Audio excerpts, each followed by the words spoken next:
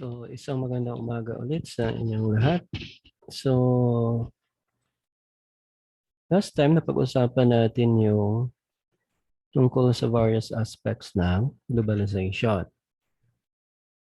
So, kung inyong matatandaan, so mayroon po tayong 6 na nabanggit. So, una-una, meron po tayong globalization of economy, globalization of politics, globalization of culture. We have also globalization of law, and globalization of military, at the same time yung tinatawag po nating globalization of technology. So yun po yung 6. So yung sa libro po ninyo ay 4 lang. So ngayong umaga, dadako na tayo sa elements of globalization.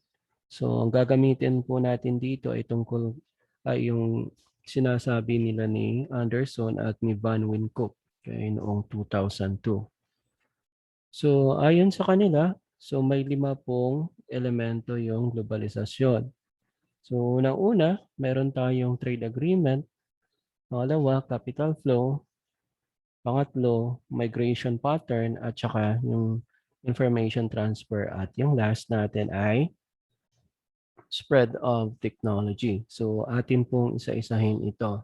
So under po dito sa trade agreement, sinasabi dito na it could be a bilateral trade agreement. It could be also regional or multilateral economic arrangements na kung saan itong trade agreement na ito, the main purpose of this, and it was designed to really reduce or eliminate these trade barriers. So, mayroon tayong bigyan ng diin, okay, dito sa trade agreements na ito. So, pag sinasabi natin bilateral, so dito po ang involved ay dalawang bansa. Okay? So say for example, Pilipinas at saka China, or China at saka US. Okay? So between the two countries. Pero pag sinasabi naman nating regional trade arrangements, okay, or agreements, so one good example is yung tinatawag po nating ASEAN. Okay? So ASEAN region or Southeast Asian region. So mayroon din tayo yung sa Europe, okay? So example natin naman doon ay yung European Union. Okay? So regional po ang trade agreement na mayroon po tayo. Okay? So diyan hindi lang po dalawa na bansa ang involved, kundi yung mismong mga miyembro ng rehiyon na iyon. So say for example, dito sa ASEAN, so mayroon po tayong 10. Okay? So sa European Union naman, so halos lahat ng andoon sa Europe. Of course, last time nagkaroon na po ng pagtiwalag yung United Kingdom. So yung tinatawag nilang Brexit dati. Okay? And then sa multilateral economic arrangement, so andyan, pumapasok yung napakaraming mga bansa. Okay? So hindi lamang sa isang rehiyon, kundi pati na rin sa iba pang mga rehiyon. So say for example, the trade, okay, when we're going to have this one, okay, sa multilateral economic na setup na arrangement, so it could be comprised of many countries in different regions of the world. Okay? So, nakadepende po yan kung ano pong meron sila when it comes to their products or services being traded all throughout the world. So, depende po yan. So, yun po yung under dito sa tinatawag nating trade agreements. Ngayon, dadako na tayo sa capital flow. So, sinasabi dito sa libro natin, according kina Anderson at Van Wynkoop, na pag sinasabi natin capital flow, ito po ay measurement of an increase or decrease in a nation's domestic or foreign assets. So pag sinasabi po nating assets, this is our resources, okay, of the nation, of course. So gaano ba kayaman yung isang bansa? At paano ba malalaman na mayaman ito? So of course, una-una, andiyan po yung tinatawag po nating reserves na meron siya, okay? And then the natural resources na meron siya kasi kasali din yan sa national asset, okay? So this asset of the nation, according here, could be domestically or foreign, okay? Uh, Situated or located in other countries or dito mismo sa loob ng bansa, of course. Okay? So, of course, nagkakaroon tayo ng increase ng ating tinatawag nating assets kapag nagkakaroon tayo ng tinatawag nating trade activities with other countries. At the same time, we do have a lot of business transaction or activities dito din sa loob ng bansa natin. Okay? And then,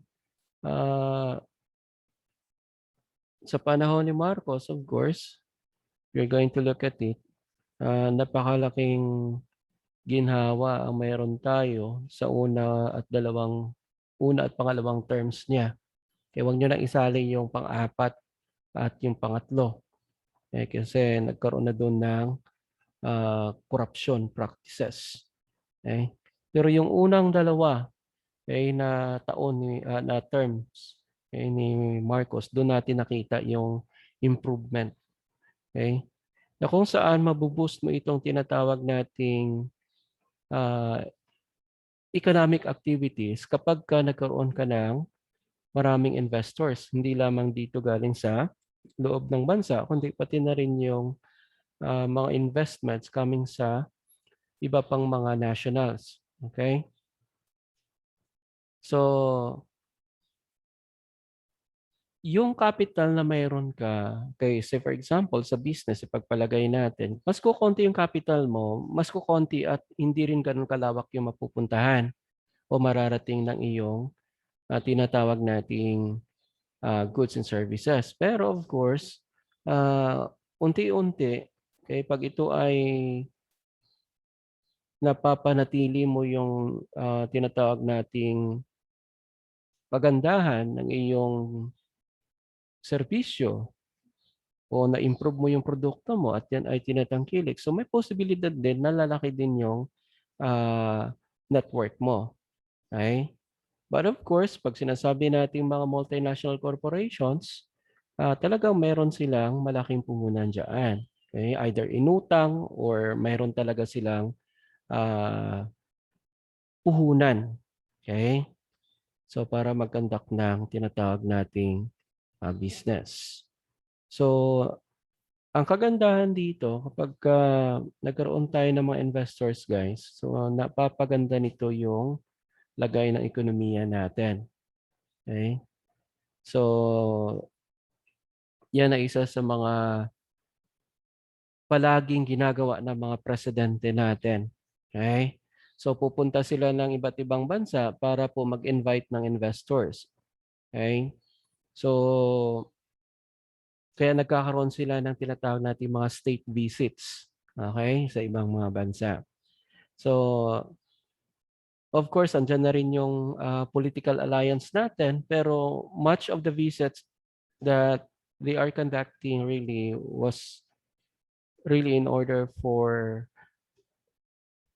him or her or for them to as a whole, okay, as a country or as a government na para makapag ganyat, okay, makapag-invite ng tinatawag nating mga foreign investors. So last time ginawa na rin yan nila Pinoy, okay, ginawa na rin nila Duterte yan, okay, Gloria Macapagal Arroyo. May mga former presidents natin na kung saan naniniwala na talagang malaki yung initutulong ng mga investors galing sa labas para mabigyan tayo dito ng opportunities. Kasi kung wala ito, normally, kokonti yung magiging at hindi ganun ka-active yung galawan ng ating ekonomiya. Okay? So, yan. So, of course, affected din yan minsan ang ekonomiya ng bansa ng iba. Okay? So, for example, mayroong fluctuation doon na nangyari, economic crisis. Okay? So, even doon na nangyayari yan. So, possibility-wise, if we are having ties with them, okay, in those countries na kung saan nakakasuffer ng economic crisis, so affected din tayo dito. So, hindi yun nangangahulugan na sila lang. Okay? Kasi umiikot din yung tinatawag nating capital. Okay? Yung tinatawag nating pera, of course. Okay? So, yan. So, pag maganda yung investments na pumapasok, okay, dito sa bansa, mas maganda yan para sa atin. Okay? So, yan po yung kahalagahan ng trade transactions, especially when you have a lot of linkages, okay, or partners. So, pasok tayo sa number 3. Okay, so sabi nila Anderson at Van Winkop, isa din sa elemento ay yung migration patterns. Okay? So dito sinasabi na there is always this impact of labor market. Okay? Or this refers to the impact of labor market fluidity on production cost through the loss, or immigration. Or gain, yun naman ay pumapasok sa immigration or potential workers, especially those with particular skills. So, of course, meron po tayong uh, mga karanasan na, mga experience natin na especially dito sa Pilipinas, most of our skilled workers and white-collar professionals, okay, those are having white-collar jobs in here are really wanting to come up with a job, okay, outside the country. Okay? Kasi nga, mas nakikita nila yung uh, opportunities na yon na mas higit na maganda kaysa yung mayroon na sila dito, yung opportunities na mayroon sila dito. So, hindi rin yan maiiwasan dito sa Pilipinas kasi nga mahirap tayo na bansa. Okay? And people would always have these tendencies of looking for greener pasture para po makausad din sila sa pamumuhay nila o sa status nila. So, yan palagi yung ina-after talaga ng mga Filipinos, is not only Filipinos, but even those people na kapareho nating mga nasa developing countries. Okay? Para makatulong sa pamilya, kaya lumalabas yan sila sa bansa o mga bansa nila. So, isa sa mga dahilan of course is yung kahirapan. Okay? So bakit ka alis? It's because kailangan mo kumita ng malaki para may panustos ka sa pamilya mo o para mapag-aral mo yung mga anak mo. Okay, isa yan sa mga rason. Pangalawa, hindi lamang sa tinatawag nating employment. Okay? So mayroon ding rason niya na iba. Say for example, mag-aaral ka, okay? Aalis ka rin. And then prone din yung area mo sa tinatawag nating terorismo. Okay? So aalis ka rin diyan. Then pangatlo I mean, yung prone din yung area mo sa natural calamities. For example, binabagyo, binabaha palagi, uh, nagkakaroon ng tinatawag nating landslides, okay? So yung mga areas na yon, so critical. So most of the people na nirirahan doon, so most of them would willing to evacuate and transfer to other places. Okay. Kasi masasayang yung puhunan mo dyan. So for example, nag-invest ka ng bahay mo, di ba? And then nasa fault line pala. Okay? So later mo nalalaman na yung pinatayuan mo ng bahay, doon pala yung fault line. Okay? So mangyayari yan pag nagkaroon ng big one, kawawa ngayon yung investment mo. Kasi yung bahay pa naman, dead investment yan. Okay? So, kaya marami sa mga tawag natin dyan, mga overseas Filipino workers natin ayaw mag-invest sa bahay. Okay? May ilan talaga na doon talaga sila pero most of them are willing to invest in businesses. Kay bago bahay. Okay? Yan yung ano talaga nila mindset ngayon. Okay? Kasi nga sabi nila, pag nag-invest ka sa bahay at wala kang ipatitira doon, say for example, doon lahat ng ang pamilya mo sa labas, so sino yung titira doon? Okay? So mas maigi na i-venture na lang sa business. So yan yung mga mindset ng mga OFW natin. Okay? Especially yung kumikita ng hindi ganoon kalaki. Pero pag kumikita ka naman gano'n kalaki, then marami kang mga kamag-anak dito, why not, 'di ba? Magtayo ka ng bahay. Later, kapag abonado ka masyado diyan sa labas, 'di ba? Para matirhan ng mga kamag-anak mo o kaya later pag balik mo dito sa Pilipinas kung pag-isipan mo na at pagtanto mo na dito ka titira, okay, for the rest of your life, okay? O yung natitirang mga years mo dito sa mundo, so balik ka dito sa Pilipinas. So may bahay ka. So ayan. So aside from those reasons kung bakit po tayo nagma-migrate, yung pleasure, yung tourism, isa din yan. Okay? So lumilipat sila.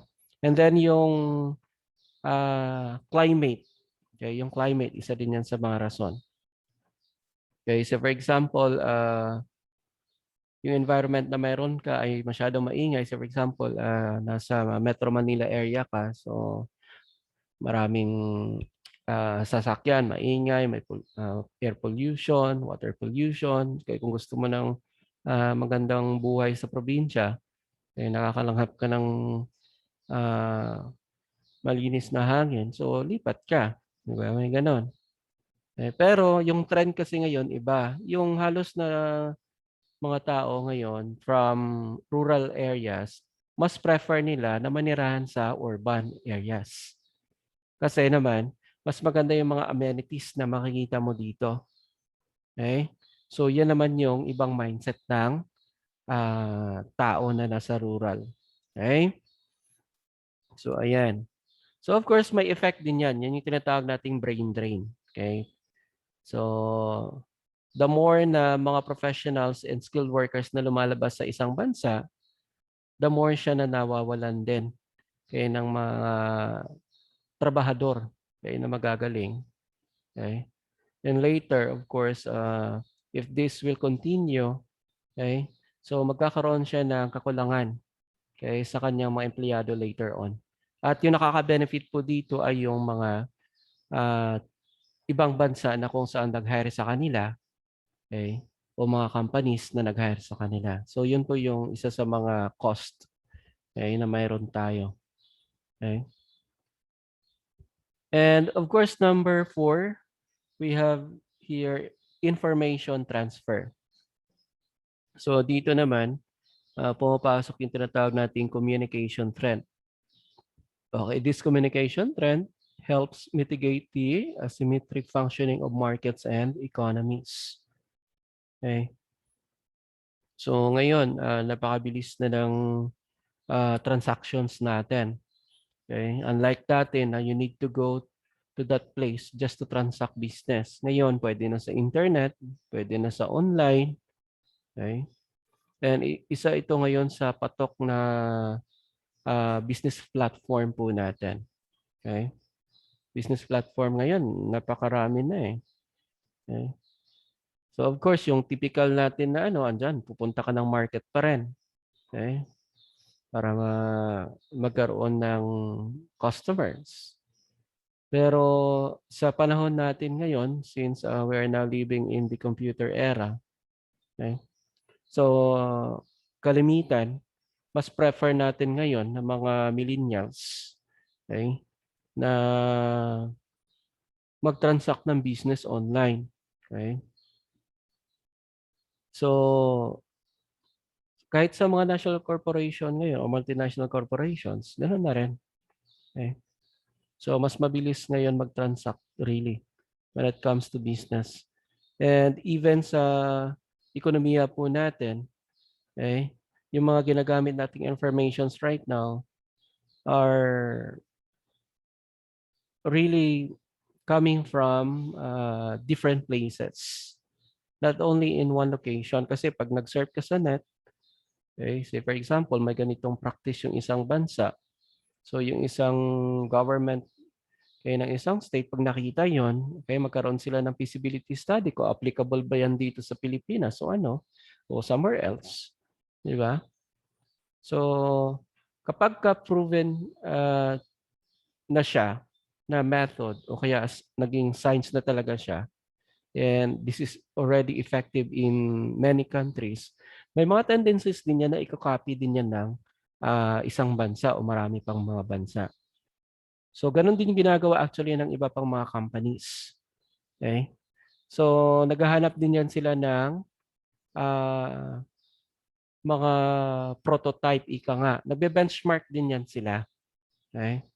So, hindi ka lang basta-basta na magpuput up ka ng business mo na wala kang gagamiting methods or strategies. Okay? Walang pagpaplano na naganap. So, lahat-lahat lang yan, kailangan makandak muna, magkaroon ka ng feasibility studies kung ikaw ay gustong magkaroon ng negosyo na pangmatagalan. Okay? So, hindi hindi ganoon kahirap ngayon maghanap ng model, ika nga. Okay? So, hindi ganoon kahirap maghanap ng models. Napakaraming magagamit. Okay? So, economic models yung pinag-uusapan natin. Okay? Economic models or business models. Yan. And panglima, ito yung last natin sa elemento ng globalisasyon, ay yung tinatawag po nating spread of technology. So, of course, we all know already that there is this rapid dispersion of the means and methods of producing goods and services. So, unquestionable ata ito eh. Okay, itong teknolohiya na mayroon tayo. Di ba? The different technologies are now being used in different businesses, even in the government, of course. Okay? And most of us would believe that when you're using technology, okay, especially in producing your goods and services or the commodities, uh, there is always this assurance to have this greater output. Okay? So, yan yung tendencies na natin ngayon. Yan yung paniniwala natin ngayon. Okay? Especially when you're having the sophisticated technologies in producing your goods and services. Diba? Pag manually done, so of course may mga tendencies of error dyan. And the production process could be not that good. Okay, diba? And baka magkaroon ka pa ng maraming backlogs. Okay? Pagdating po sa products na produce mo. Okay? So pag marami kang backlogs, marami ding oras na makukonsume. Yung pera, okay? Yung effort, okay? Yung oras, okay? So sayang. Pero pag machine, of course, pag na-input na yan lahat doon, okay?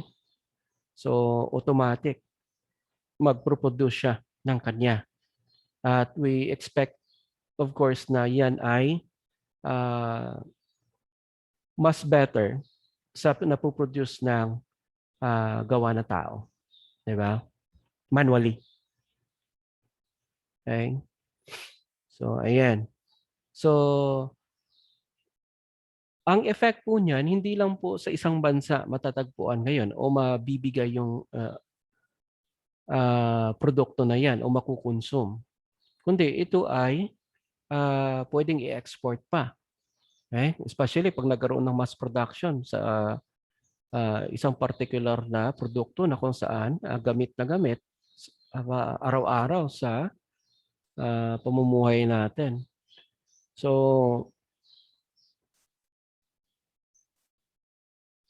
say for example, kay soup, 'di ba?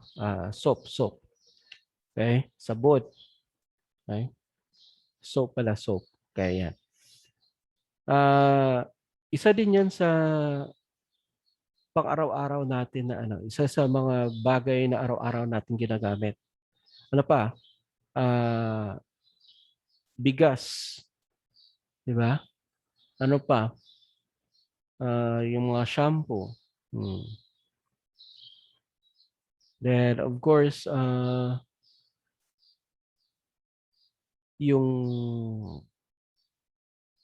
tubig, oh, 'di ba araw-araw 'yan, eh, kaya isa din sa magandang negosyo ngayon yung refilling station, okey? And right now, gumagamit na sila ng, technology diyaan, okey? And nagkakaroon sila ng tinatawag nating, pag-sterilize, tama ba? Okey, and then sinasala 'yan, then hanggang sa ma-purified, 'yan. So, hanggang sa safe na siyang inumin. So, ayan. So, 'yan ay isa din sa magandang negosyo ngayon. So, before of course, may mga, ginagamit tayo na pangsala lang, of course yung composition niyan mga, ah, buhangin, 'di ba? Uling, bato, 'yan. Ilang steps, 'di ba? Hanggang sa of course puwede na siyang ano, maging potable water kumbaga, okey. So ngayon may technology na tayo na ginagamit, of course, ah, mas kampante tayo doon na inumin 'yon, okey, kaysa yung mga galing sa mga ano natin na maraming, tina kumbaga in Ilonggo na term, okey. So ayan. So 'yan po yung mga elemento ng globalisasyon. So lahat po ng ito guys, lahat ng elemento na ito ay talagang apekto sa kabuuan ng pamumuhay natin, okey? At of course, holistically nakaapekto siya sa, ah, tinatawag nating activities, okey, ng mga bansa dito sa mundo, okey? So, next video natin ay yung patungkol naman sa trends in globalization. So, puputulin ko na lang muna dito. So, abangan po ninyo yung trends in globalization. So, ulitin natin, yung elements ng globalization ay 5. So, trade agreement, capital flow, migration pattern, information transfer, spread of technology. So, I hope may natutunan kayo. So, iyan ko na po dito. Maraming salamat sa panonood at pakikinig.